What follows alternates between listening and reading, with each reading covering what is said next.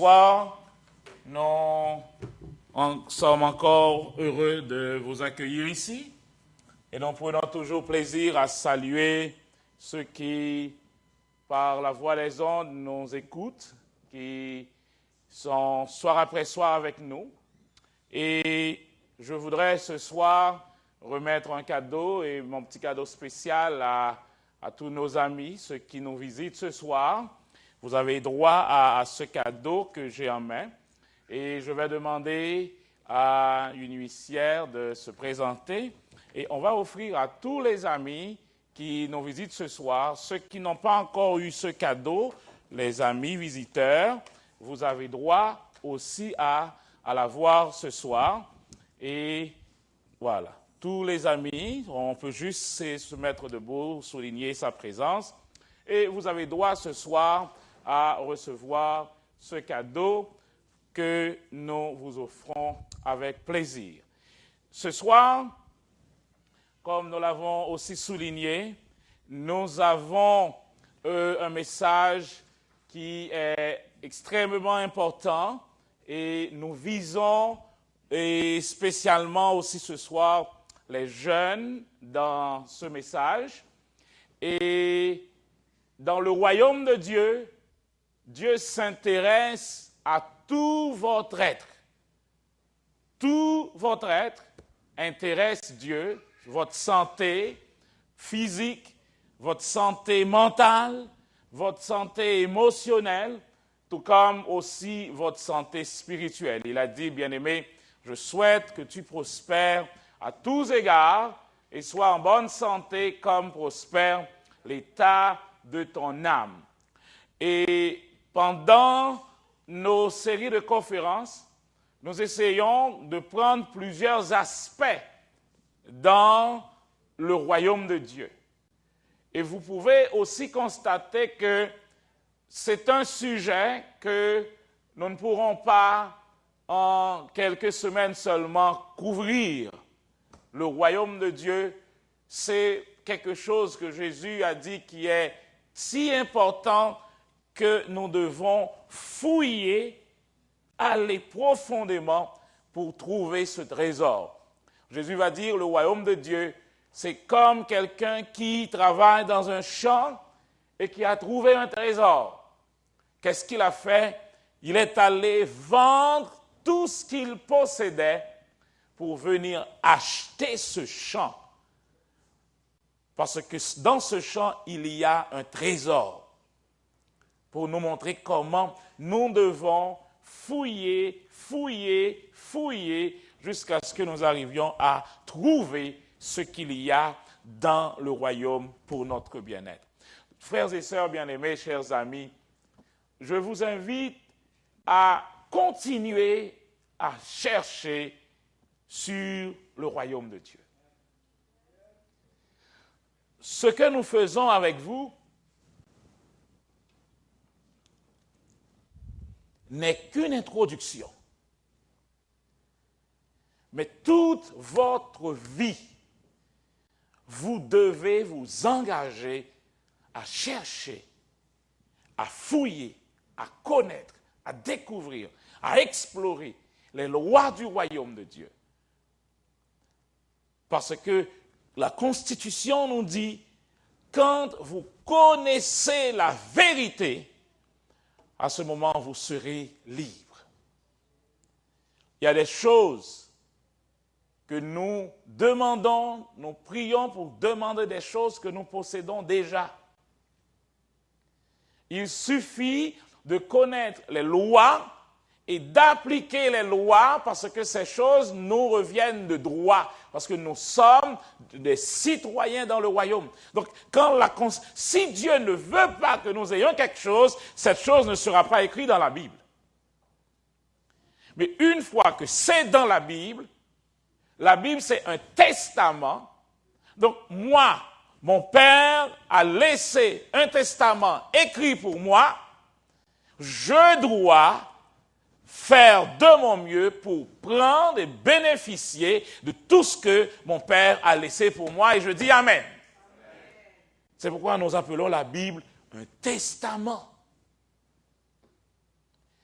Ce soir, nous allons voir quelque chose d'extrêmement important parce que les jeunes doivent savoir comment agir, comment se comporter dans le royaume de Dieu. Vous n'êtes pas laissés à vous-même, jeunes gens. Vous n'êtes pas laissés à vous-même en train seulement d'écouter ce que la télévision va vous apprendre, puisque vous devez savoir ce que la Bible dit. Satan est un menteur. Il est rusé à l'origine, il est le père du mensonge. Donc, quel que soit ce qu'il vous offre, il y a à la base la fraude.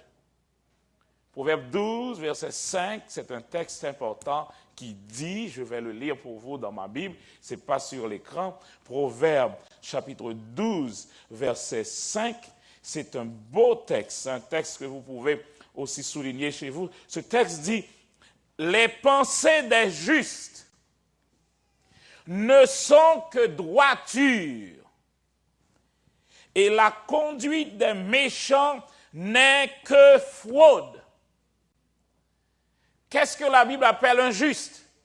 La Bible appelle un juste celui qui a accepté Jésus comme son sauveur et son Seigneur. C'est ce que la Bible appelle un juste.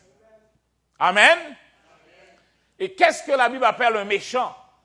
Pour la Bible, un méchant, ce n'est pas celui qui vole. Ce n'est pas celui qui commet l'adultère. Ce n'est pas celui qui donne des mensonges. Le méchant pour la Bible, c'est celui qui refuse la grâce de Jésus-Christ.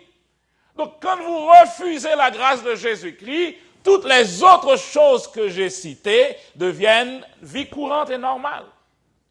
Quand vous n'acceptez pas Jésus comme votre sauveur, voler devient pour vous un art. Vous n'avez pas de problème quand vous volez. Si vous regardez à la télévision les films qu'on montre, et vous allez voir que pour voler, il faut être un expert. Je ne sais pas si vous vous rappelez de ce film. Comment on l'appelle en anglais? C'est Ocean 13, quelque chose de ce genre. Océan 13. Je ne sais pas si vous avez vu ce film.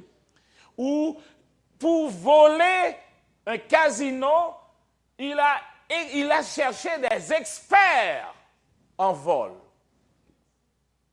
Et ce film, vous dites, ce film est beau, c'est beau, oui, c'est beau. Mais on vous apprend comment bien voler, c'est beau. Et ce qui est beau là-dedans, c'est qu'on ne les a pas attrapés, c'est beau, ils savent voler. Mais quel est le message qui est resté pour vous? Quel est le message qui est resté pour vous? C'est pourquoi il est important pour nous de revenir à la source. Si nous recherchons la vérité, il faut retourner à la constitution du royaume des cieux, que nous appelons dans notre langage courant la Bible. La Bible n'est pas un livre de religion. La Bible est un livre de droit. Un livre, c'est la constitution du royaume des cieux. Donc, tous les citoyens du royaume, vous avez ce livre, vous connaissez vos devoirs, vous connaissez vos droits, vous connaissez les promesses qui sont ici pour vous, et la Bible dit, vous régnez sur la terre. Nous avions dit que le ciel n'est pas pour nous un lieu de refuge. Le ciel n'est pas une terre d'exil. Le ciel est un endroit où nous allons en vacances. Amen. Donc, ici sur la terre, nous devons vivre comme des enfants du royaume de Dieu, comme des rois. Et Dieu, c'est pour ça que Jésus est mort, je le redis jusqu'à ce que ça entre dans votre cœur. Jésus est venu mourir, pas seulement pour vous assurer la vie éternelle dans le ciel quand il reviendra, mais pour vous assurer dès maintenant une vie de liberté. Liberté économique, liberté sociale, liberté contre le stress, liberté contre les attaques du diable. Jésus est mort pour que vous puissiez vivre en homme et femme libres à sa gloire. Amen. Parce que tous les yeux sont sur vous. Vous êtes l'Église. Et quand on vous regarde, on doit voir la sagesse variée de Dieu. Donc la sagesse de Dieu, ce n'est pas un état de misère. Quel grand Dieu pour avoir ses enfants dans un état de misère, dans un état de maladie. Non. Quand Jésus est arrivé, il a dit, mais non, ce n'est pas possible. Une fois, Jésus a vu une femme qui est malade depuis 38 ans, et Jésus dit, mais ce n'est pas possible. Il a guéri cette femme dans le temple. Et les chefs religieux sont fâchés. Il dit à la dame, attendez, il y a 7 jours, il y a 6 jours dans la semaine. Si tu veux être guéri, viens pendant ces 6 jours. Mais le sabbat, ce n'est pas le jour de guérison. Jésus dit, mais de quoi parlez-vous, messieurs? Cette femme est la fille d'Abraham. Regardez, Jésus n'a pas dit c'est la fille de Dieu. C'est la fille d'Abraham. Et puisqu'elle est la fille d'Abraham, elle a droit à la liberté. Et vous qui avez accepté Christ, vous êtes aussi fils d'Abraham. Votre père Abraham n'était pas pauvre. Vous ne devez pas vivre dans la pauvreté. Je vais le dire jusqu'à ce que vous vous fâchiez. Des fois, il faut que nous fassions colère. On dit, Abraham dit, c'est assez. Et prenez la Bible. Prenez votre parole, dites au Seigneur, bon, assez, c'est assez. C'est assez d'avoir un patron qui ne connaît pas Dieu et qui est en train de m'humilier. Assez, c'en est assez. Oh, demain soir, nous ne travaillons pas. Mais mardi soir, nous allons voir les clés de la prospérité. Dans le royaume de Dieu, vous devez savoir comment être riche. La richesse vient de Dieu. C'est la bénédiction de l'Éternel qui enrichit. Et elle ne le fait suivre d'aucun chagrin. Mardi soir, nous allons entrer dans cette partie du royaume. Je ne vais pas vous parler du royaume de Dieu et vous laisser sans les clés à utiliser. Quand on aura terminé avec ce nouveau concept pour certains, le royaume de Dieu, vous devez vous asseoir. Heureusement, vous allez auprès de Ricardo, derrière, pour commander les différents CD. Je vous ai dit, il ne suffit pas d'écouter un message, il faut écouter ça à plusieurs reprises pour que ça entre en vous. Pour que vous puissiez, c'est ça la méditation. C'est comme vous ruminez jusqu'à ce que cette chose arrive dans votre cœur. Tout ce que je dis là, ça va rester dans votre cerveau, dans votre intelligence. Oh oui, c'est beau, mais ça ne va pas vous porter à changer. C'est quand j'aurai parti, c'est Ricardo qui va faire le travail du changement. Amen. Donc, voyez Ricardo, quand je ne serai pas là, voyez Ricardo, commandez les CD. On ne vend pas les CD ici. On vous donne les CD, vous donnez quelque chose là-bas à Ricardo, on ne vend pas.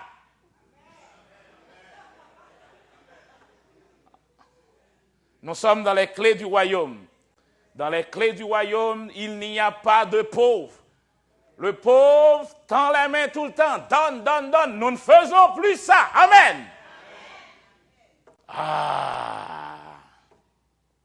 Ce soir, on va entrer dans un sujet important.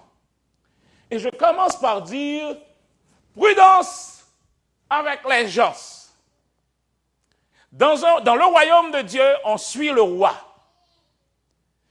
Et dans un royaume, tout ce que le roi fait devient coutume dans ce pays. Le roi nous donne un exemple. Jean chapitre 2. Pendant que le roi était à Jérusalem, comment s'appelle déjà ce roi? Jésus. À la fête de Pâques, plusieurs crurent en son nom, voyant les miracles qu'il faisait. Mais le verset 24 me dit quelque chose. Mais Jésus ne se fiait point à eux parce qu'il les connaissait tous. Et est-ce que vous prenez du temps vous-même pour connaître les gens avant de vous livrer à ces personnes? Si vous entrez d'emblée dans des relations drôles avec des personnes que vous ne connaissez pas, c'est votre responsabilité. Allô? On va se dire les choses ce soir, hein? Vous voulez? Parce que dans le royaume, quand vous sortez de ce programme, vous devez être armés, vous devez avoir des clés. Je ne veux pas que les jeunes de Bethel reproduisent les mêmes erreurs d'antan. Vous devez avoir des clés qui vous empêchent de recommettre les mêmes bêtises. Jésus ne se fiait point à eux, bien que ces gens-là, la Bible dit, ils ont cru en lui. Mais Jésus va prendre du temps pour les connaître,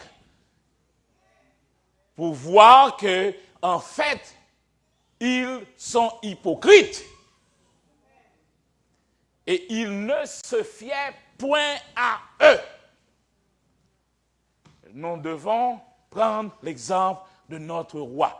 Prenons le temps d'entrer dans des relations avec des gens, mais de les connaître avant de nous livrer totalement à ces personnes. On peut aller comme ça? Il existe 3 sortes d'amitié. Je m'intéresse à mes jeunes ce soir, franchement. Souvent, nous avons des amitiés et nous écoutons les paroles du monde, et les paroles du monde, je viens de lire pour vous dans Proverbes, les paroles des méchants ne sont que fraude. À la racine, il y a une fraude dans ce que dit le monde. Le monde vous dit, en ami, tout est permis. Belle parole. Oh oui, c'est mon ami. En ami, tout est permis. Cet ami est venu chez moi. Ses parents l'ont permis. J'ai une amie, mon amie fille est venue chez moi. Ses parents l'ont permis de dormir à la maison. Je suis une jeune fille, elle est une jeune fille, il n'y a pas de problème. Et elle a oublié sa brosse à dents. Un ami. Moi, nous commençons à se tête, non. C'est mon ami. Elle a laissé sa brosse à dents. Donc, le même matin, quand j'ai fini de brosser mes dents, je vais lui passer ma... Parce qu'un ami... Vous dites yak, pourquoi yak? Donc, ça veut dire la phrase que j'ai dit tout à l'heure n'est pas à 100% vraie. Donc, un ami, tout n'est pas permis. Vous devez connaître des choses. Le texte dit, vous connaîtrez la vérité et la vérité vous affranchira. Il existe 3 types d'amitié. Des fois, vous prenez des camarades ou des collègues de travail ou des copains pour des amis. On doit faire la différence. Il peut y avoir une relation de convivialité, une relation plaisante, Et cette relation va vous permettre d'avoir des mêmes lois, des mêmes principes dans une institution, mais on n'est pas pour autant amis. On a les mêmes règles, les mêmes buts, on peut être sur un même plan social, mais ça ne veut pas dire qu'on est pour autant amis. Il y a 3 types d'amitié que les jeunes doivent se rappeler rapidement ce soir. La première, on l'appelle une amitié plaisante. Comment on l'appelle déjà? Qu'est-ce que vous trouvez dans l'amitié plaisante? Il y a là-dedans, c'est pour le plaisir. Cette amitié est là juste pour l'agrément, pour le plaisir. On est dans la même équipe, on chante dans le même groupe à l'église, dans la même chorale, on est membre d'une même unité dans le club des explos. Donc, on peut avoir du plaisir ensemble. Mais cette amitié nous permet de faire des choses ensemble juste pour le plaisir. Qu'est-ce qui se passe? Le plaisir change. La source du plaisir change. Quand il semble que mon ordi n'est pas branché pour le courant, Ricardo pourrait aussi m'aider.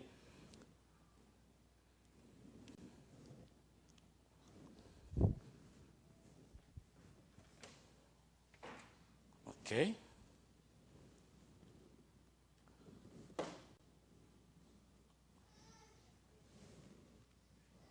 C'est déjà parti peut-être. OK. Donc, le plaisir, la source de plaisir change. Qu'est-ce qui se passe automatiquement? L'amitié plaisante n'existe plus. Parce que la source, c'était juste pour le fun, juste pour le plaisir. Maintenant qu'il n'y a plus de plaisir, l'amitié n'est plus là. Donc, une amitié plaisante n'est pas une amitié solide sur laquelle on peut bâtir une relation qui dure. Donc, si cet ami que j'avais, mon ami, à partir de ce moment, cet ami est parti, je ne dois pas crier pour dire « il m'a trahi », il ne t'a pas trahi. La source, c'était pour le plaisir. Donc, une fois qu'il n'est plus là, il n'y a plus de source pour le plaisir, cette amitié n'existe plus. On se comprend? Le deuxième type d'amitié qu'on va avoir, c'est l'amitié utile. Qu'est-ce qu'une amitié utile? Dans une amitié utile, vous voyez là-dedans qu'il y a le mot utile. Ici, qu'est-ce qui se passe? J'ai des talents, tu as des talents, j'ai besoin de toi, tu as besoin de moi. Alors, il va se créer entre nous une amitié qui va nous permettre d'échanger les talents. Je suis en secondaire 3, secondaire 4, secondaire 5. Je suis très bon en maths. Toi, tu es en forme en français. Donc, qu'est-ce qu'on fait? Je t'aide en maths, tu m'aides en français. Donc, tout autant qu'on est à l'école, dans la même école, même situation, on peut s'entraider. Donc, il y a une amitié. On va manger une pizza ensemble. On va manger une crème ensemble. On se fait des choses ensemble. Mais, j'ai réussi mon secondaire 5. Je vais dans une école et toi, tu réussis, tu vas dans une autre école. J'ai plus besoin de toi. Tu n'as plus besoin de moi. Il n'y a pas de trahison. Tu ne m'appelles plus. Je n'ai pas à me casser la tête. Là, on avait une amitié utile, gratte d'homme, ma gratte d'eau.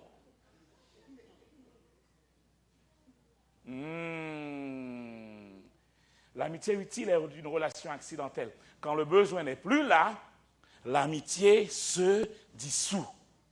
Donc, je n'ai pas besoin de me casser la tête quand la source de l'utilité n'est plus là, les circonstances ont changé, l'amitié aussi va changer. Ce n'est pas une trahison, c'était une amitié utile.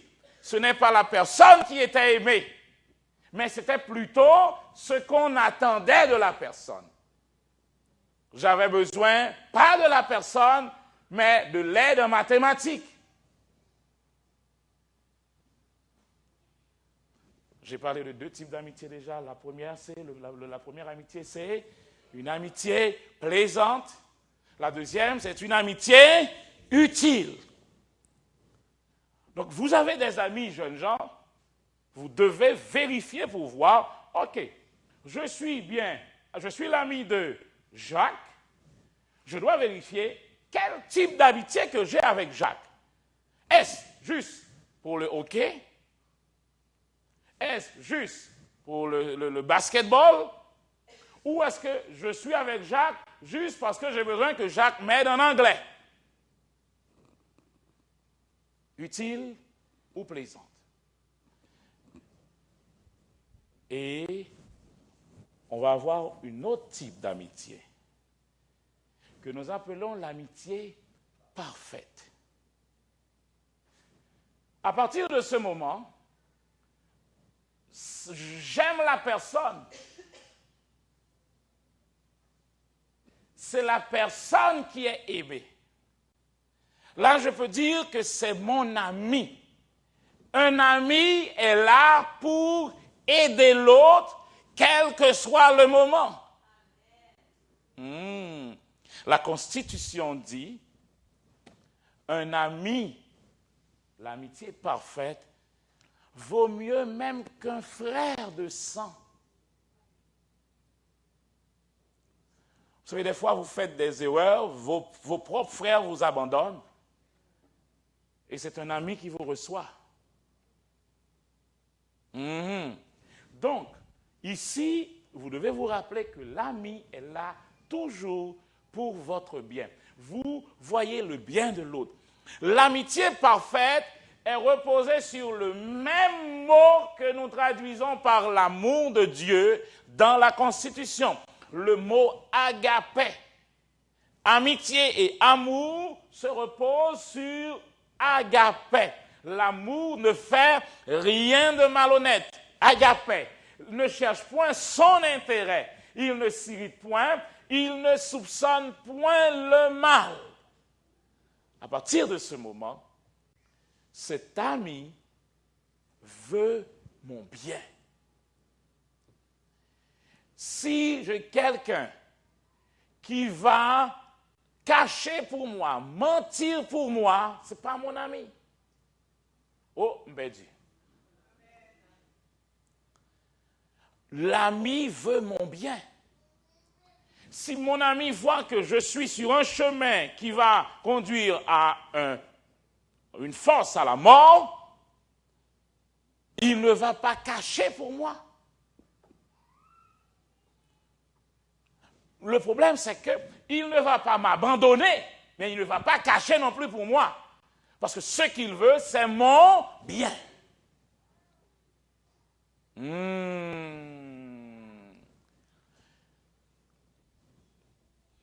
Nous avons vu que des amis, ou, laissez-moi dire, des prétendus amis, peuvent être pour vous un obstacle. Vous voulez, par exemple, vous faire baptiser, mais vous devez passer par le chemin des amis qui vous disent, mais qu'est-ce que tu dis là? Pourquoi toi tu vas te faire baptiser? Et je vous dis, quand un ami se met en opposition avec la décision que vous prenez pour avancer avec votre Père, avec Dieu, vous devez vous dire, voilà ce que la Constitution dit. Tu es mon ami, mais je dois obéir à Dieu plutôt qu'aux hommes. Et la Constitution me donne une promesse que je relis pour mes jeunes ce soir. La promesse, nous trouvons dans Jean 15, verset 14, Jésus dit, le roi qui parle, un roi qui dit, vous êtes mes amis si vous faites ce que je vous commande. Amen. Si vous faites ce que le roi vous dit de faire, il vous dit, vous êtes mes amis. La Bible nous donne un conseil aussi. Choisissez vos amis avec sagesse. Soyez en communion avec ceux qui invoquent le nom du Seigneur d'un cœur pur. Soyez exposés à leur amour et à leur paix, que leur foi vienne sur vous. Donc, quand vous choisissez des amis, la Constitution dit, faites-le avec sagesse. Un ami veut toujours du bien pour vous. Ouvrez grand vos yeux. 1 Corinthiens 15, 33, l'apôtre Paul dit, ne vous y trompez pas. On ne se moque pas de Dieu. Ce qu'un homme aura semé dans le choix de vos amis, il le moissonnera. C'est une clé dans le royaume de Dieu. La semence et la moisson en tout. Nous avons parlé de ce texte. Vous vous rappelez des brownies? Vous vous rappelez des petits brownies? Un tout petit peu de caca-chien dans le brownies. Vous vous rappelez de ça? Ah ben nous disons non. Oui. Ne vous y trompez pas. Alors, qu'en est-il de ce fameux dating? Quand vous passez ce cap d'amitié, vous avez des amis, vous connaissez maintenant les amitiés, vous avez des amis solides, des amis parfaits, dans le sens des amis qui, ce n'est pas pour un plaisir ou juste pour quelque chose que vous avez, mais des personnes qui peuvent vous aimer pour ce que vous êtes. Je pense à ce niveau que vous avez grandi et le temps des amours arrive. Ce fameux mot en anglais, dating, j'ai du mal à le traduire en français. On dit c'est courtiser, on dit c'est sortir avec. Donc, on n'a pas le mot précis pour ça. Mais qu'est-ce que la Bible dit à propos de dating? Rien. Il n'y a pas de petit remède dans la Bible. Oh, ben là, comment c'est changé? La Bible n'a pas de petit remède. Oh, moi, mon jeune gars, il me dit, oh. Mais non. Alors, puisque la Bible ne dit rien concernant aimer, le dating, sortir avec quelqu'un, on va rester dans les lois de la relation qu'il y a dans la Bible. La Bible donne des lois concernant les relations qu'on doit avoir, qu'un homme doit avoir avec une femme. Donc, le fameux dating est un phénomène moderne. Vous avez ce dating par Hollywood. C'est un phénomène moderne. Et j'ai fermé nous rentrer là-dedans. Et quand nous entrons dans le programme de Hollywood, vous devez suivre les règles de Hollywood pour réussir là-dedans. Et voilà votre problème. Maintenant, vous n'êtes plus dans le royaume du monde, vous êtes dans le royaume de Dieu. Amen. Et comment se comporter maintenant? Dans le royaume de Dieu, on va maintenant se fier aux lois relationnelles qui se trouvent dans la parole. Ce soir, nous vous parlerons de ces lois de fréquentation, ces lois de relation, et vous devez prendre du temps pour comprendre et que vos relations, votre façon de faire puisse à avoir des changements pour votre bien-être et pour ce que vous voulez former plus tard dans votre vie. Rappelez-vous que la connaissance des lois est la meilleure connaissance du monde. Donc, beaucoup de problèmes qui rongent les mariages aujourd'hui ont leurs racines dans les petits remèdes. Beaucoup de jeunes ont des bonnes intentions, mais sans le savoir, ils sèment des semences de destruction dans leur mariage plus tard. Oh, dans nos petites remèdes, nous semons, sans le savoir, les graines de destruction de notre mariage plus tard. Ou remarque, jeune garçon, hein? Les deux font bagaille qui compte parole ou qui compte conviction. Ou fait, tu as semé une mauvaise graine. Ah. Oh. Tu ne respectes pas ton vrai Dieu. Donc, tu ne le respecteras pas plus tard. Oh. Moi, non silencieux, j'ai l'impression de là. Donc, on pose des fondements. Chaque relation entre les sexes est importante, c'est vital, parce que ça va fonder notre mariage plus tard. C'est vital. Donc maintenant, il faut veiller à tous ces matériaux qu'on utilise dans la construction de notre vie à deux, de notre mariage. C'est pourquoi je donne toujours des conseils à mes jeunes pour établir les balises pour leur propre sécurité. C'est pourquoi la Constitution donne tous ces éléments importants pour votre bien-être. On va voir quelques principes ce soir, quelques balises. Principe d'interprétation. Chaque commandement est basé sur une caractéristique spécifique de la nature de Dieu. Les commandements de Dieu sont là pour nous donner des principes. Et chaque commandement émet un principe général et le commandement donne généralement le cas extrême et à l'intérieur, tout ce qui peut nous permettre de commettre cette chose est aussi interdit. Je prends un exemple. Quand le texte dit « tu ne tueras point », il prend l'extrême. Tu ne tueras point. Ce commandement interdit aussi tout ce qui peut arriver au meurtre.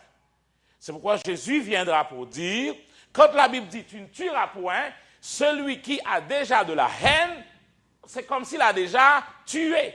Donc, tous les autres petits éléments entrent aussi dans le commandement « tu ne tueras point ». Tu ne commettras point d'adultère implique tout ce qui a de la relation avec l'acte d'adultère qui n'est que l'aboutissement final. Les prohibitions incluent les commandements positifs et les commandements positifs incluent les devoirs négatifs contraires. Nous sommes loin. Nous là, moi, nous croisons, nous regardons comme dans la lune. Allô? Nous là. Donc là où une action est interdite, tout ce qui pourrait conduire à commettre cette action est aussi interdite. Il faut comprendre le principe. Donc, on y va. Maintenant, on va rentrer dans ce programme-là ce soir.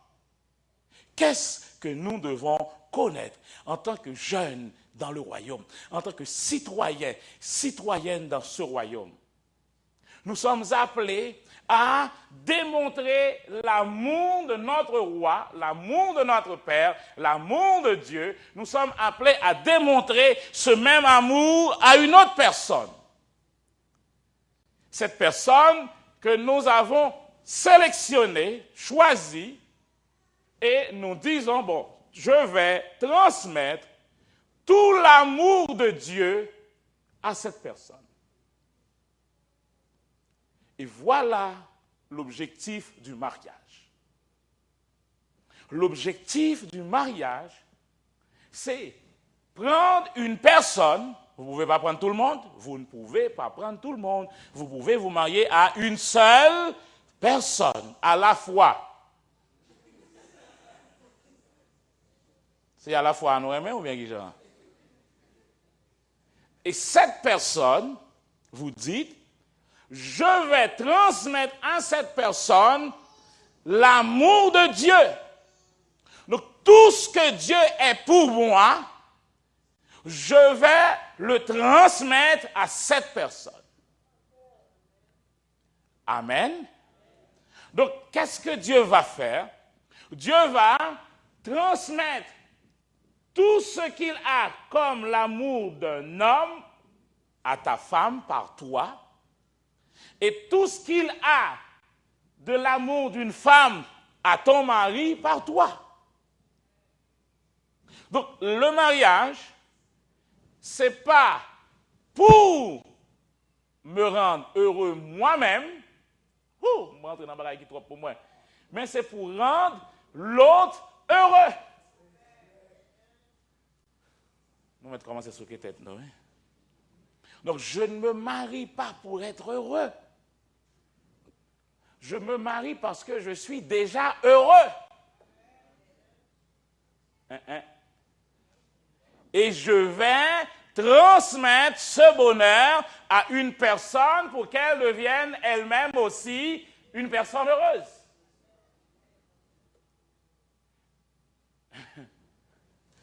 Ce soir, nous allons voir les 10 raisons pour lesquelles il ne faut pas se marier. C'est ça mon sujet. Mon sujet, moi, nous commençons à brouiller là-dedans.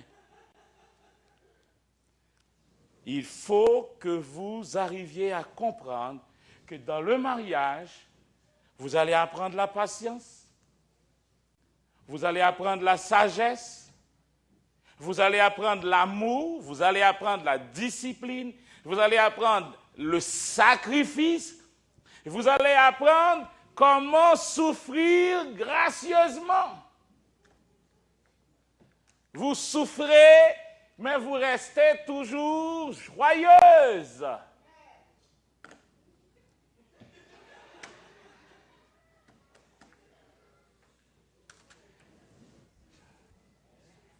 Et dans le mariage, il y a des vertus. Ces vertus, si vous ne les vivez pas dans le mariage, il n'y a personne d'autre, il n'y a aucun autre endroit au monde que vous puissiez développer ces vertus. Si vous voulez connaître à quel point vous êtes égoïste, mariez-vous. Tout autant pas marié, ou généreux, on ne peut plus, ou gentil, on ne peut plus. Mais quand tu veux voir à quel point tu es égoïste, c'est après la lune de miel. Après la lune de miel. Quand l'écran de Hollywood s'est marqué The End, et toi, c'est, comment on dit ça en anglais? The beginning. The beginning de la vraie vie commence après the end de l'écran. Anglais a commencé par les oui, là-bas, oui. C'est la résistance qui construit un muscle. Si j'ai besoin d'avoir un gros bibite, si je prends cette feuille et je dis je vais travailler cette feuille pour avoir un gros bibite, je suis là pour l'année prochaine. Bon, ben même l'année prochaine, pour longtemps.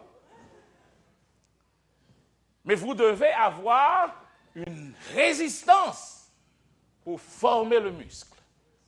Et s'il y a quelque chose qui est pour vous une résistance, pour créer l'amour, pour créer la patience, pour vous donner la discipline, cette résistance, c'est le mariage.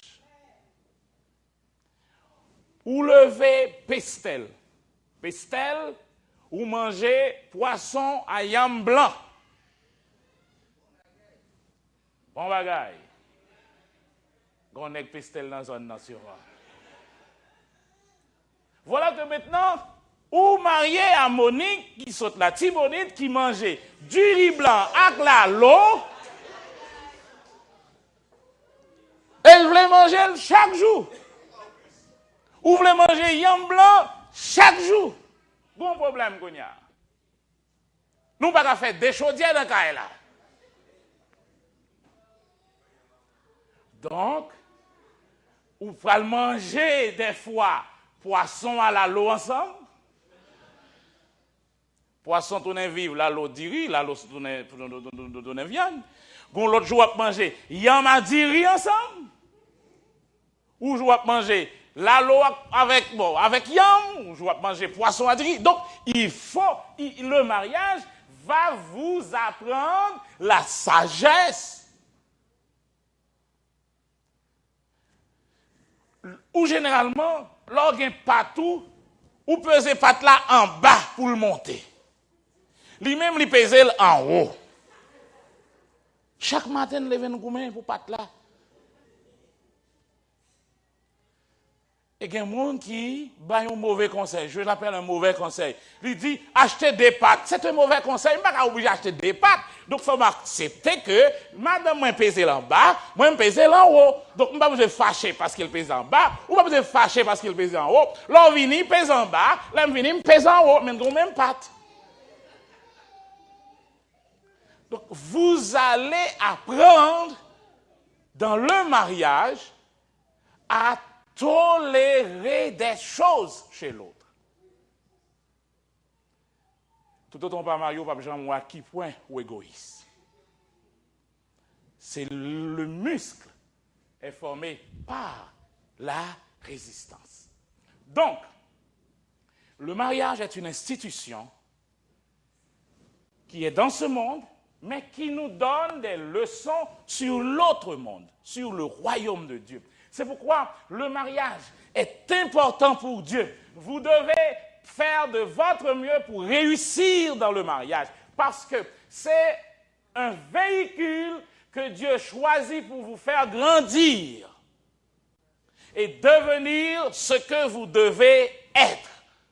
Ergon, ce que vous devez être pour la société. Le mariage est un véhicule qui va vous aider à le devenir. Parce que votre mari sera là pour vous encourager, pas pour vous applaudir. La différence entre quand j'applaudis une équipe et quand je suis le coach de l'équipe, c'est différent. J'applaudis l'équipe, l'équipe doit toujours gagner. Quand l'équipe ne gagne pas, je n'applaudis pas. Je crie ouh. Mais l'entraîneur rentre pour dire, messieurs, c'est pas la fin, on continue, messieurs. Les gars, on y va. On a perdu, mais on n'est pas un échec. Lui, il est là pour l'encourager, l'équipe. Un mari est un entraîneur pour sa femme. Une femme est là pour entraîner son mari, c'est-à-dire l'encourager. Quand tout le monde crie après lui, il veut vite rentrer chez lui parce qu'à la maison, il y a quelqu'un qui l'attend pour dire « Chérie, maintenant c'est le moment de prendre un petit quelque chose. On oublie tout. Maintenant, c'est notre moment à nous. » Il a besoin de ça en ce moment. Donc, le mariage va être pour nous un repère pour modeler le royaume de Dieu au monde. C'est pas pour rien que l'ennemi vise aussi le mariage. Parce que le mariage montre la relation qu'il y a entre Dieu et l'Église.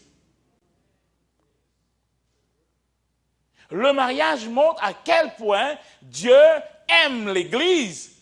Donc si vous détruisez le mariage, voilà comment est Dieu avec l'Église. Voilà ce qui représente l'Église, qui représente Dieu, le mariage. Alors le diable fait tout avec le mariage pour le rendre, pour le banaliser devant tout le monde. Donc c'est pourquoi j'invite les jeunes à réfléchir avant d'entrer dans le mariage. Le mariage va être un creuset où vous aurez les vertus divines pour montrer au monde comment est la vie dans le royaume de Dieu. Si vous avez de la bonne volonté, dit la parole, si vous êtes docile, vous mangerez les meilleures productions du pays. On y va, rapidement. Les gens se marient pour plusieurs raisons. Lumière verte, de bonnes raisons, on est là. Lumière jaune, des raisons passables. Et lumière rouge, de mauvaises raisons, on s'arrête. Vous connaissez beaucoup de bonnes raisons. Ce soir, je m'intéresse à la lumière rouge. Des mauvaises raisons pour lesquelles il faut réfléchir avant de s'engager dans le mariage. Beaucoup de mariages font naufrage parce que des couples n'ont pas compris le but et les principes pour un mariage réussi. Ne vous y trompez pas, on ne se moque pas de Dieu. Ce qu'un homme aura semé, il le moissonnera aussi. Ne vous y trompez pas. Galates 6 dit, celui qui sème pour sa chair, moissonnera de la chair la corruption. La corruption, c'est la destruction, c'est la mort, c'est l'échec. Mais celui qui sème pour l'esprit, moissonnera de l'esprit la vie. Donc la vie veut dire la vie. La vie dans tout. Personne ne devrait se marier. C'est pourquoi hier soir j'avais dit, si vous aurez un mariage pour demain, il faut entendre les 10 raisons que je vais donner là maintenant avant de faire le mariage. Il y a raison pour dire à votre chérie, ce soir, chérie, on annule le mariage de demain, ok? On est prêt? Vous êtes prêts à faire ça? Bon, on y va. Il ne faut pas entrer dans un mariage sans vous poser cette question. Pourquoi je vais me marier? Pourquoi? Vous devez savoir pourquoi. Il ne faut jamais. Quand je dis jamais, je le dis au moins 5 fois pour que ça entre. Jamais, jamais, jamais, jamais, jamais et jamais vous mariez par compromis. Je reprends. Il ne faut jamais, jamais, jamais, jamais et jamais vous marier par compromis. Si vous vous mariez par compromis, vous allez récolter beaucoup de larmes et vous allez continuer à faire des compromis pour rester dans cette ambiance.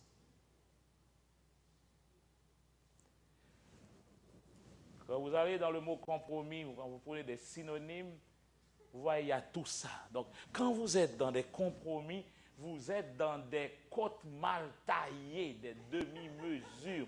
Tout ça, ce sont les synonymes de compromis.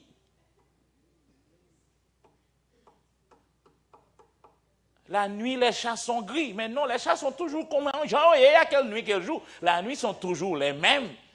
Donc le compromis vous dit, la nuit, les chats sont gris. Mais non, le chat blanc reste blanc la nuit. C'est Géo qui peut dire.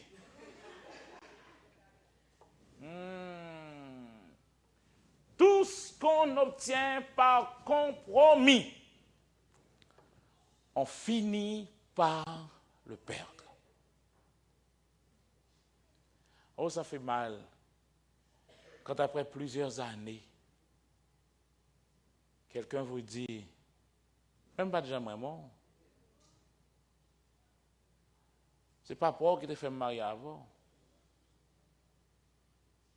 On raconte l'histoire d'un homme qui, le jour qui marque son 25e anniversaire de mariage, la femme est heureuse, elle est contente. J'ai 25 ans de mariage.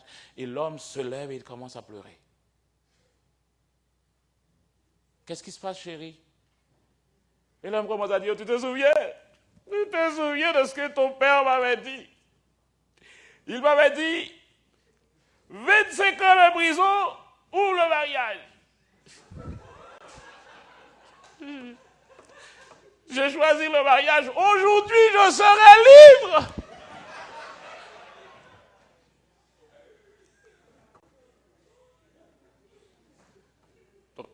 Pour lui, prison, mariage, là, arrêtez là toujours pour lui. Ah. Ça nous fait rire des fois, mais la vérité est là. Les compromis n'apportent pas finalement le bonheur. 10 mauvaises raisons de se marier. Mariez vos ceintures. 1. Par rancune contre les parents. Souvent nous disons, je suis fatigué avec mon père qui me donne toujours des ordres. Je suis fatigué à faire tout ce que ma mère me dit de faire. Je dois leur montrer que je suis grand monde maintenant. Ce n'est pas une raison de se marier.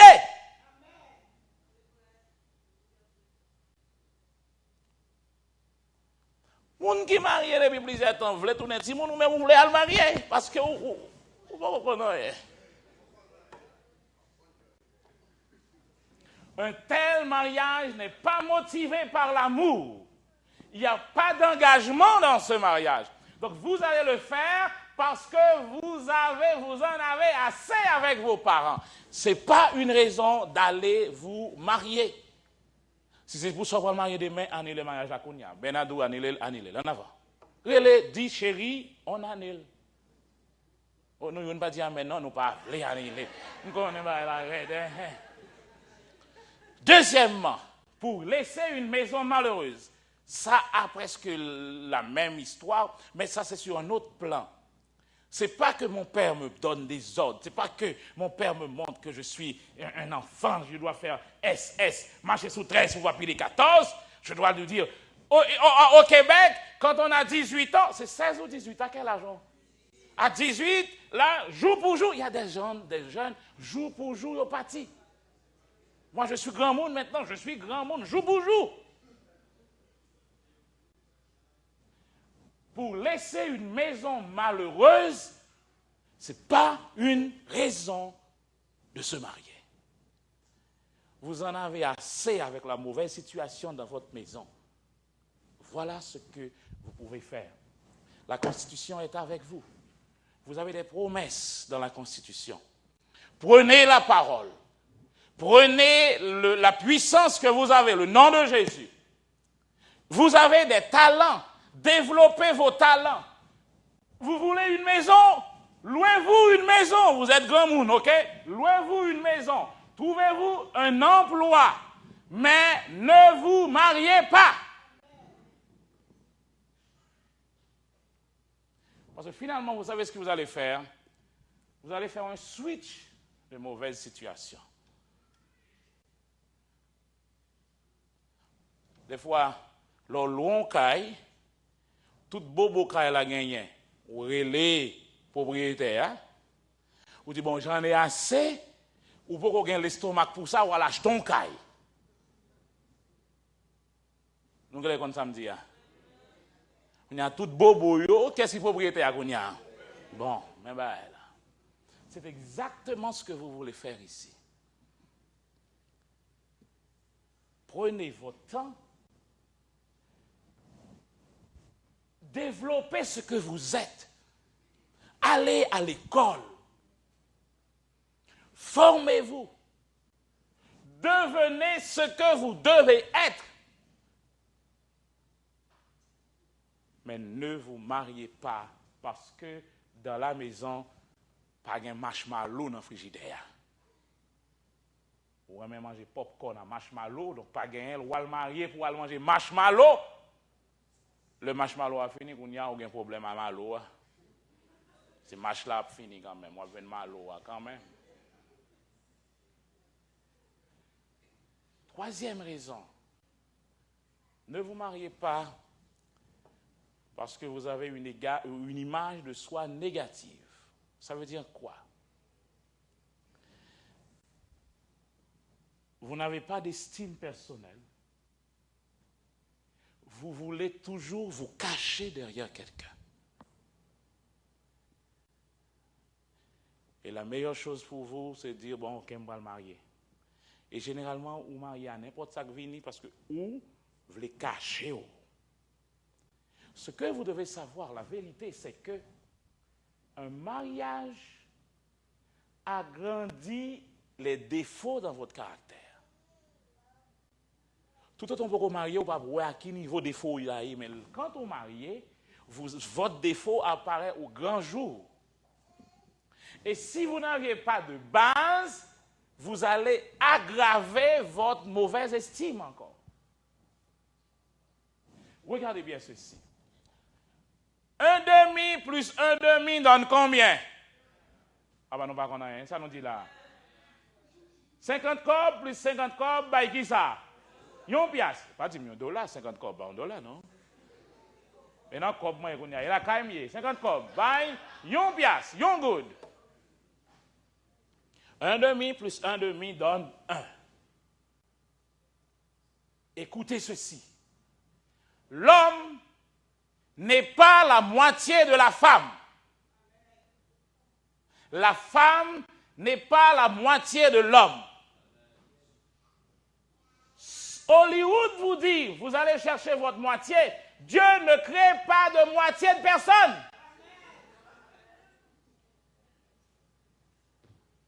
Adam n'était pas la moitié d'Ève. Si vous êtes une moitié, vous ne pouvez pas vous marier.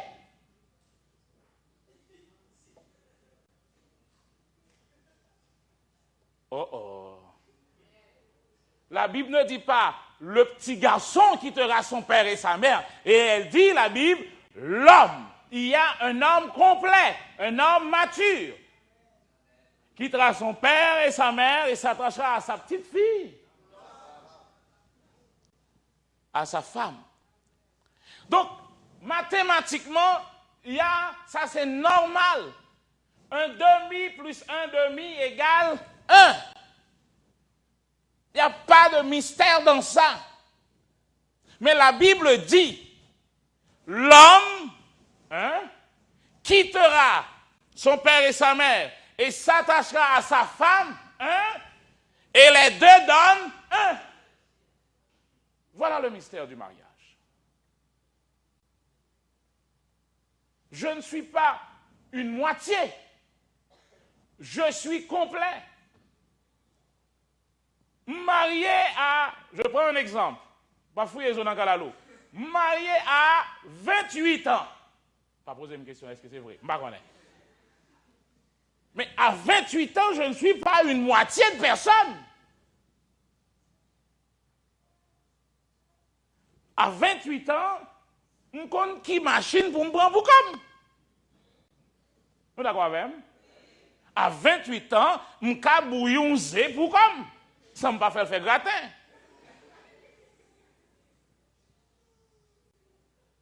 Donc, je décide maintenant d'aller me marier avec une autre personne et les deux donnent une seule chair.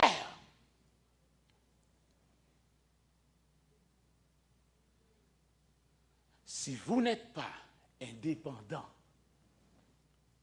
si vous ne trouvez pas votre sens de valeur d'abord, n'entrez pas dans le mariage. Ou vous regrettez chaque jour, ou vous gourmez, et vous dites, mais c'est ça que fait comme ça. Ce n'est pas lui, non.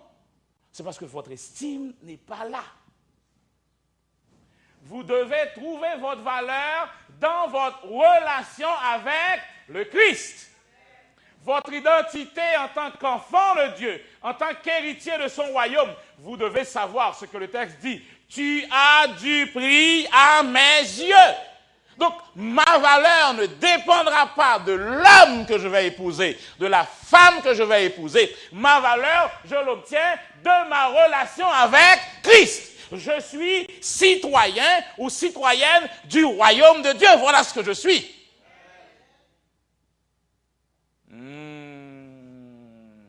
Tu fais partie d'une famille royale. Donc, si tu as un problème d'image de soi négative, la solution, ce n'est pas le mariage.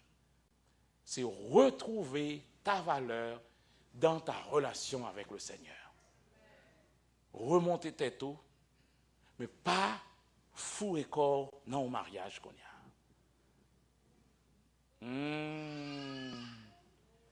Quatrième raison pour se venger d'une relation brisée. On en avait parlé au cours de la semaine, C'est le RRI, retirer, remplacer immédiatement. Parce que moi, j'avais type ça depuis plusieurs années. Il quitte là pour l'autre, bah fait le avant mariage par là, guette en mariage l'autre monde. Et à partir de ce moment, quelque chose ça qui vient me prendre. Et après mordé doit être pousse-moi. Ce n'est pas un mariage d'amour, mais un mariage de commodité. Ne vous mariez pas par vengeance. Dans le pays, il y aurait ça double 6.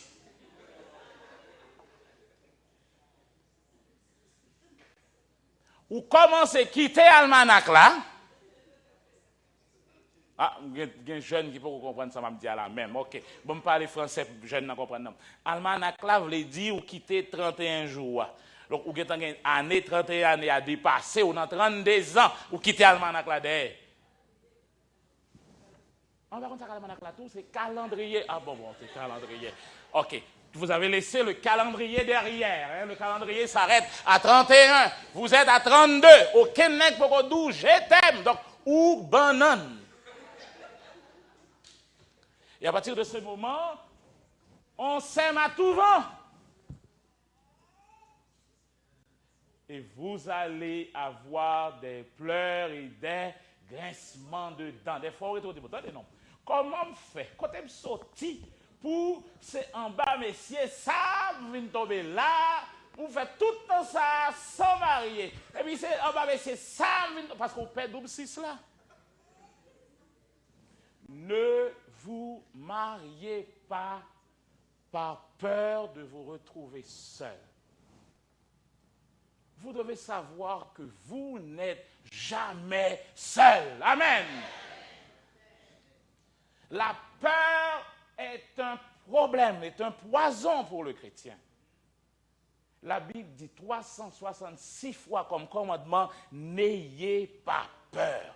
La peur, c'est le contraire de la foi. N'ayez pas peur.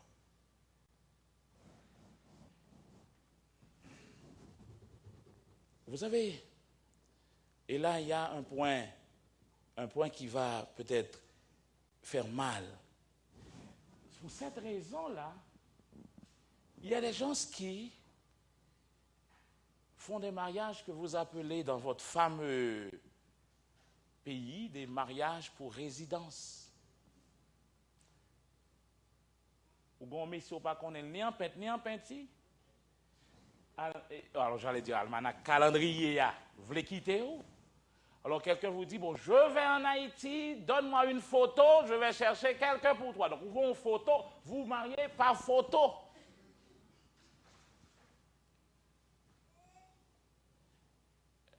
Et la photo est une photo. Vous devez faire face à la réalité de la réalité.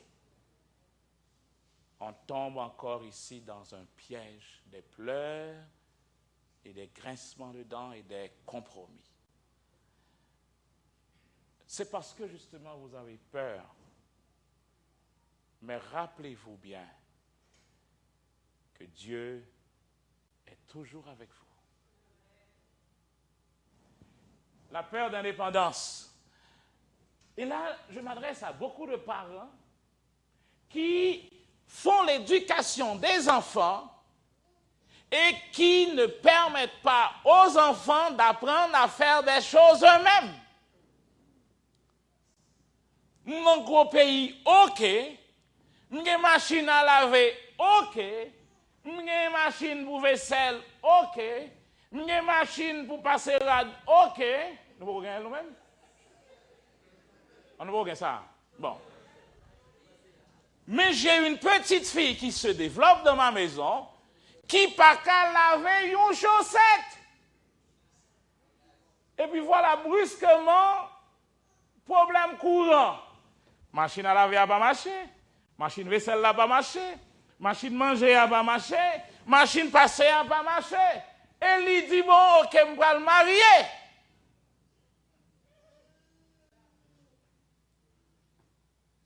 On va le manger dans un restaurant, pas un courant, restaurant, on va travailler. Ces enfants qui sont tellement dépendants, ne savent plus quoi faire. Donc, ils ont cherché un monde juste pour ça. Parce qu'ils ne peuvent pas rester seuls. Ils ne peuvent pas. Ils sont tellement dépendants. Voilà, c'est sous compte maman moyen. Toute la vie, me brille, maman mourit. Ça me fait. Je cherche une femme. C'est maman qui, depuis 40 ans, fait manger pour moi, pour me manger. Mais maman mourit, ça pour me faire. Je cherche une vieille femme.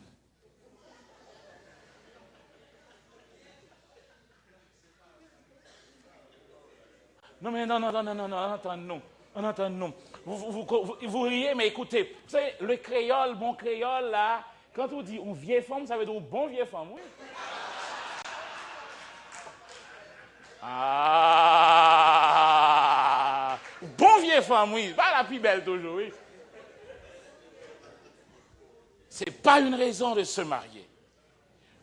Vous avez besoin de quelqu'un pour préparer à manger pour vous, louer une servante. Mais ne vous mariez pas. Badamou, pas bon nous. Ou besoin pour aller laver, achetons une machine à laver. Mais ne vous mariez pas pour ça. Amen. On va finir, hein? On va finir. La peur de blesser l'autre personne. Et j'arrive à un point sérieux. Les jeunes, on entre dans dating. On sort avec quelqu'un, on commence à prendre des habitudes. Et malheureusement, on essaie de créer de mauvaises habitudes, accoutumance à des choses. Et puis, vos yeux s'ouvrent et vous dites, mais je ne peux pas aller plus loin. Et l'autre te dit, si tu me quittes, je me tue. Si tu me quittes, je te tue. Et voilà, tu te retrouves piégé. S'il doit ça, vient de pasteur Bouzi. Ne vous mariez pas par pitié. S'il dit, si tu me quittes, je me dis, mon cher, m'a mettre une robe noire pour vous pour 3 jours. Bye bye. La vie continue.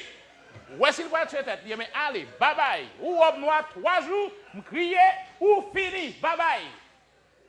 Ma voyons frère dans ce cas là-bas. Mais ne vous mariez pas parce qu'il vous dit, je vais me tuer. Mais tu étais tout ça faux. Créole, Créole l'a dit, de pour mourir ou en tort. La vie continue. Amen.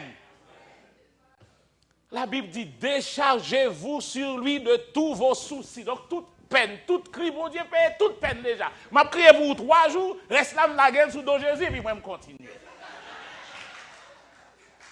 Vous devez connaître la vérité et la vérité vous rendra libre. Ne vous mariez pas par pitié. Le mariage est si important. Aux yeux de Dieu, le mariage est si important. Ne le prenez pas. Il y a un texte ici. Regardez ce texte. 1 Jean 4, 18. Ce texte dit, la crainte n'est pas dans l'amour, mais l'amour parfait bannit la crainte. Car la crainte suppose un châtiment et celui qui craint n'est pas parfait dans l'amour. Dans l'amour, il n'y a pas de peur. Dès que la peur est là, l'amour disparaît. OK? Le grand monde qui parle marié, il dit, bon, mariage là, il vous le faites dans le pays PAM. Monsieur a dit non, la femme doit suivre le mari. Mariage va le faire dans le pays PAM. Discussion avant noce là. Finalement, ils ont eu une entente. L'homme dit, OK, mariage là la fête dans le pays PAM, mais me permettre que c'est pasteur Paul là qui vient faire mariage là. Donc l'entente est là. Le mariage va se faire dans la ville natale du monsieur, mais c'est le pasteur de la dame qui viendra faire le mariage. Le seul petit problème, c'est que le jour du mariage, la veille, pasteur madame non malade. Donc, seul ça le qu'a fait, c'est relayer pasteur, l'autre pasteur qu'on discipline, pour lui dire, pasteur Bouzi, moi, je ne pas qu'à venir. Alors, j'allais parler sur 1 Jean 4, 18. Donc, je vais vous verser à bord, ou juste, ou ouvrir verset ça pour moi. Jean 4, 18. Sauf que l'homme parle à pasteur Bouzi écrit Jean 4, 18. Qui ça me dit? Me dit 1 Jean 4, 18. Mais pasteur Bouzi, il lit Jean 4, 18. Il est devant mariage pour nous et puis il dit, car tu as eu 5 maris et celui que tu as maintenant n'est pas ton mari. En cela tu as dit vrai. L'Église l'a dit. Amen.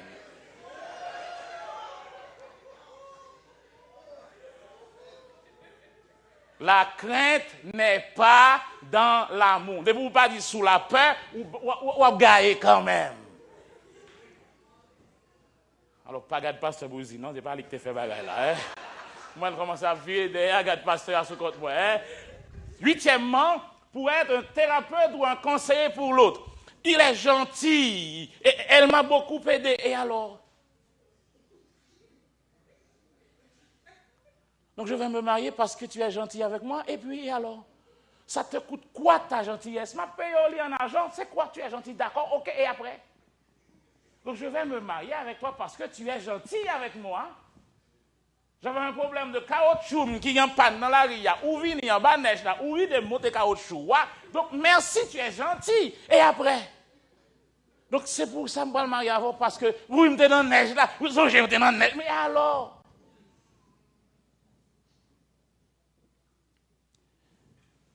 Oh oui, parce que et je vois qu'il ne peut rien faire de lui-même. Donc, s'il ne peut pas prendre une décision toute seule, elle n'est pas prête pour se marier. Le mariage n'est pas pour les bébés. Le mariage est là pour les gens mûrs, les adultes. Amen. Amen. Bon, il reste 2 points. Rappelez-vous bien, pour Dieu, il y a un homme fidèle, Amen. Il y a une femme vertueuse, Jahil. Voilà ce que Dieu crée comme mariage. Un homme qui a une confirmation, un homme qui a un support, endurance, un gardien. Vous voyez, il y a un homme pour Dieu, c'est tout ça. Une femme pour Dieu, c'est la puissance. C'est une armée d'élite. Tchahil. Donc, il va là, vous dit, allô, Tchahil. Faut moi parler langue là, oui. Et puis, il a dit, yes, aman. Allô. Faut nous tout comme ça nouiller. Donc, à partir de ce moment, ces 2 personnes se mettent ensemble et vous avez un mariage. Une explosion de la gloire de Dieu. 9e raison pour laquelle il ne faut pas se marier. Parce que vous avez des remords. Vous avez eu des relations sexuelles avant votre mariage. Et là, on vous dit des poufelles, c'est comme si vous étiez marié. Le remords va vous ravager et on vous dit, votre solution, c'est vous marier avec la personne. Ce n'est pas une raison de se marier.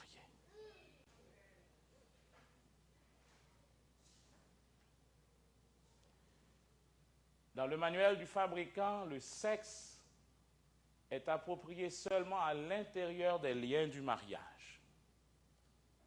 Si vous le faites avant, vous avez péché. Ce qu'il vous faut pour le péché, c'est la repentance. Ne pensez pas que le mariage que vous allez faire tout simplement efface votre péché.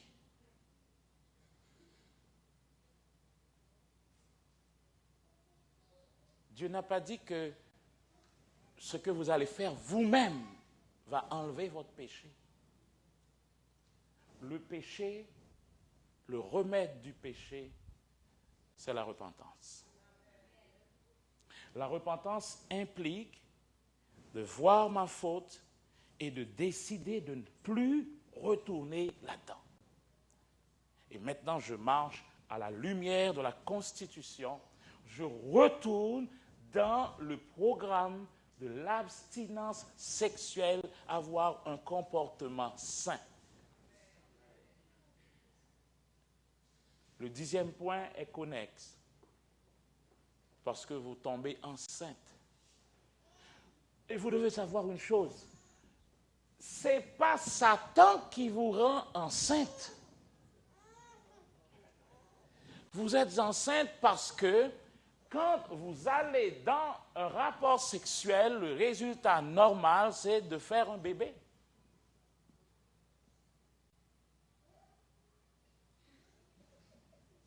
Ah ben non, on va dire, hein? Vous avez besoin encore de repentance. Je connais des personnes qui vont se marier parce qu'ils ont eu, le texte dit, ils sont tombés enceintes. Mais dès qu'ils sont relevés, ils sont malheureux pour le reste de leur vie.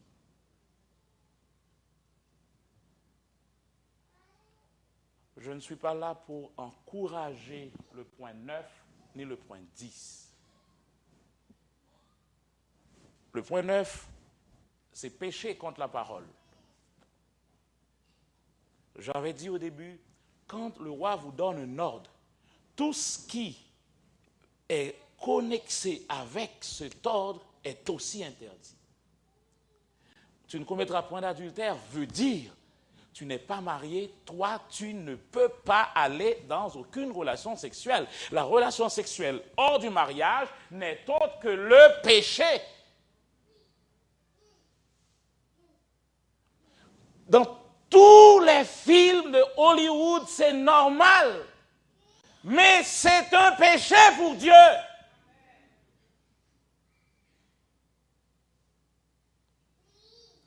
Donc, qu'est-ce qui se passe alors? Qu'est-ce qui se passe? Il y a ce qu'on appelle la loi du retour diminutif. Les gens qui lisent dans gros livre connaissent causé ça. Qu'est-ce qui se passe? Si je sors avec toi, la première fois que je sors avec toi, ma main touche ta main, entre nous deux, il y a un courant passé, waouh! Bel petit courant, parce que même tomber dans la main, oui, bel petit. Mais vous savez ce qui se passe? Demain, on sort encore, on tient par la main, le courant ne fait plus, waouh! Mais le courant devient normal. Normal. Je ressors, maintenant, qu'un bébé dans la main, il n'y a plus rien. Il faut faire quelque chose de plus waouh! Maintenant, je te tiens dans mes bras. Waouh! À force de tenir dans les bras, le waouh diminue. Il faut faire un autre waouh. Un autre waouh. Et quand vous faites de waouh en waouh jusqu'au waouh final, c'est retour ouais ou non waouh.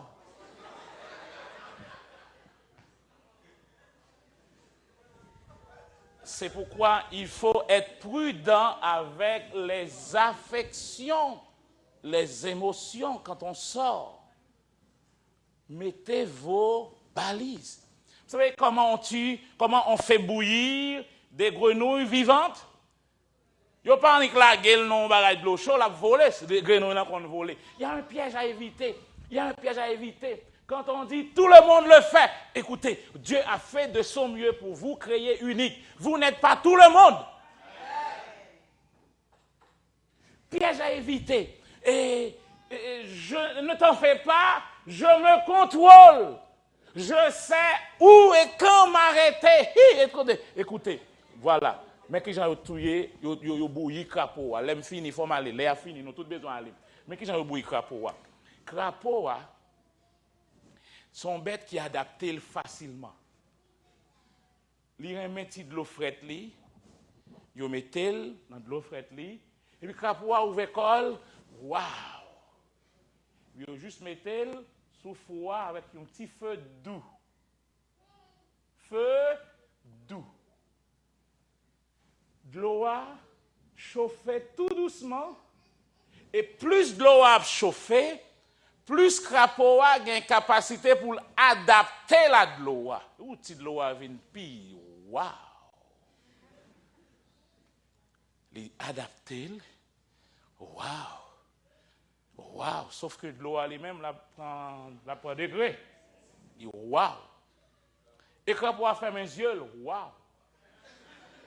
Et là, de l'eau a bouilli, crapaud a pas regardé même waouh là encore, non? Dit tout là, de waouh en waouh jusqu'au waouh final. Bon, il fait tellement dire waouh que l'aller, wallé. Ah, ça bon. Écoutez. Jeff joigne pas là, soyez, hein? Écoutez, je m'adresse à mes jeunes. Vous riez, je sais que vous riez, mais vous êtes citoyens du royaume. Vous devez avoir la vérité et quand vous sortez, vous faites des choses à la gloire de votre roi. Amen. Les stimulations sexuelles, on ne joue pas avec ça. On ne joue pas avec ça parce que l'augmentation des stimulations vous fait ce que la grenouille a subi. Vous vous laissez aller jusqu'à ce que, au lieu de payer comptant, vous voyez que vous payez par bon, tout simplement. Moi, ben tout comme là. Créole parler, créole comprendre. Donc, le sexe est puissant. Mais la Constitution le met à l'intérieur du mariage. Vous le mettez à l'extérieur, vous avez une arme de destruction massive entre vos mains. Ce soir, le message est pour votre futur. On ne rince pas sa bouche avec de l'eau salée avant de manger sa nourriture. Sinon, les papilles gustatives vont être toutes congelées, si on peut le dire ainsi, et vous ne pourrez pas prendre le goût de votre nourriture plus tard.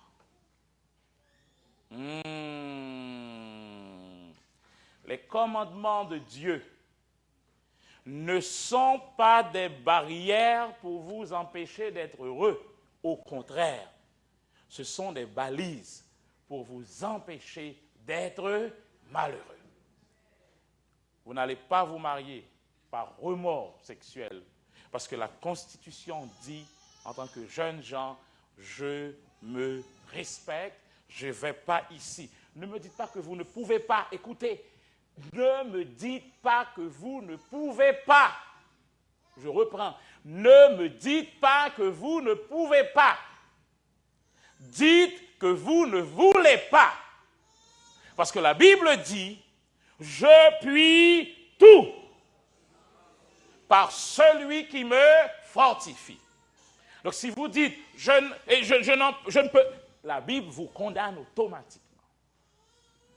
Vous avez la parole, vous avez à votre disposition la grâce de Dieu, vous avez le sang de Jésus, et vous êtes un jeune homme de l'Église, vous êtes une jeune fille de l'Église, vous avez pris votre engagement pour vous faire baptiser, vous êtes maintenant citoyen du royaume, vous avez droit à tout ce qu'il y a dans la Constitution.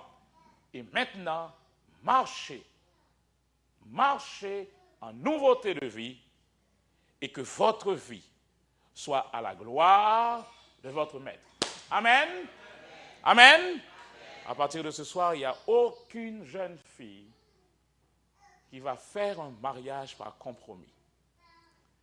Quand vous invitez quelqu'un à votre mariage, cette personne viendra parce que elle saura que c'est une jeune qui a pris son temps pour évaluer, et quand elle a pris une décision, c'est une décision qui dure.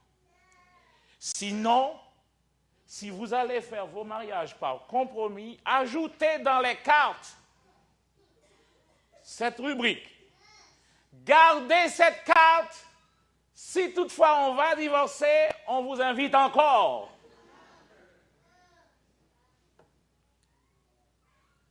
Mais je sais que vous n'allez pas faire ça parce que vous allez prendre du temps pour vous préparer. Et quand vous entrez dans le royaume, votre vie dans le mariage, en tant que jeune, en tant que parent, sera une vie qui donne l'exemple à la gloire de Dieu. Amen. Je vais vous laisser partir maintenant. Je vais vous demander de vous mettre debout et on va prier. On va partir.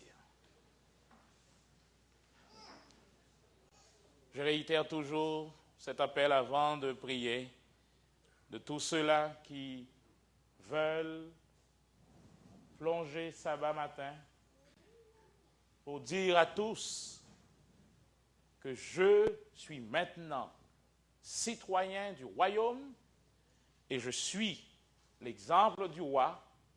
Vous avez encore la chance de prendre votre carte et de remplir cette carte pour que nous puissions, sabbat prochain, vous permettre de suivre cet exemple du Seigneur. Nous nous inclinons et nous prions. Notre Père et notre Dieu, combien nous sommes contents de voir l'immensité de ton amour pour nous. Tu entres dans tous les détails de notre vie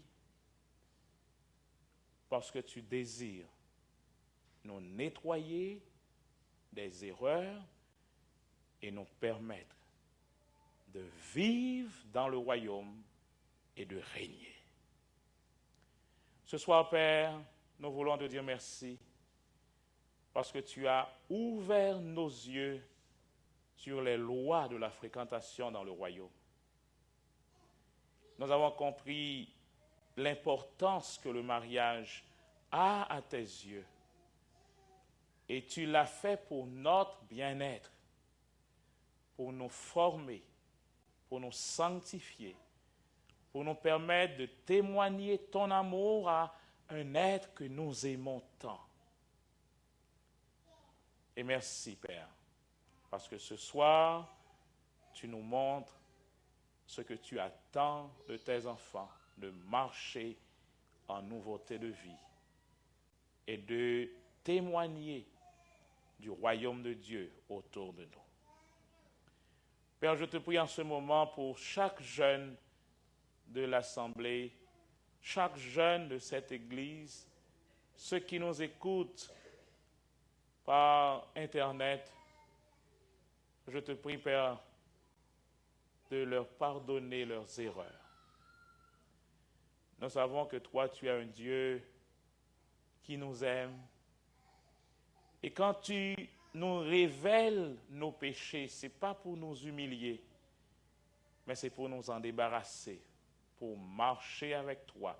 Et tu nous fais la promesse, ce que tu nous réserves après, c'est une portion double de joie et de bonheur. Père, pardonne à tous les cœurs qui se sentent en ce moment blessés. Et merci de savoir que toi, tu es un Dieu qui guérit les cœurs brisés et qui pense leurs blessures. Je te prie pour les jeunes qui viennent